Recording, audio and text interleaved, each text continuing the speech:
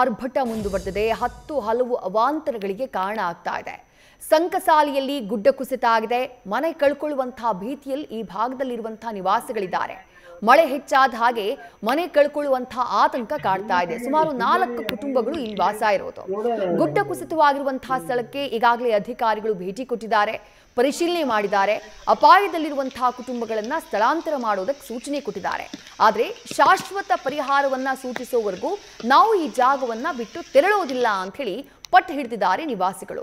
ಹಾಗಾಗಿ 4 ಕುಟುಂಬಗಳ ಮನವೊಲಿಕೆಗೆ ಅಧಿಕಾರಿಗಳು ಮುಂದಾಗಿದ್ದಾರೆ.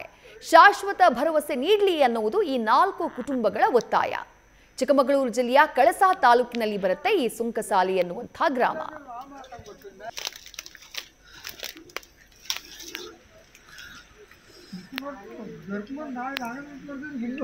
ಮತ್ತೊಂದು ಕಡೆ ಭಾರೀ ಮಳೆಯಿಂದಾಗಿ ಬೃಹತ್ ಮರ ಧರೆಗುರುಳಿದೆ. ಚಿಕ್ಕಮಗಳೂರಿನ ಕೈಮರ ಬಳಿ ರಸ್ತೆಗೆ ಬೃಹತ್ತಾದಂತಹ ಮರ ಬಿದ್ದುಬಿಟ್ಟಿದೆ. ಮರ ಬಿದ್ದಂತಹ ಪರಿಣಾಮ ಮುಳ್ಳಯ್ಯನಗಿರಿ ದತ್ತಪೀಠಕ್ಕೆ ತೆರಳುವಂತಹ ರಸ್ತೆಯನ್ನ ಬಂದ್ ಮಾಡಲಾಗಿದೆ. ಮರದ ತೆರವಿಗೆ ಪೊಲೀಸರು ಹಾಗೆ ಸ್ಥಳೀಯರು ಹರಸಾಹಸ ಪಟ್ಟಿದ್ದಾರೆ.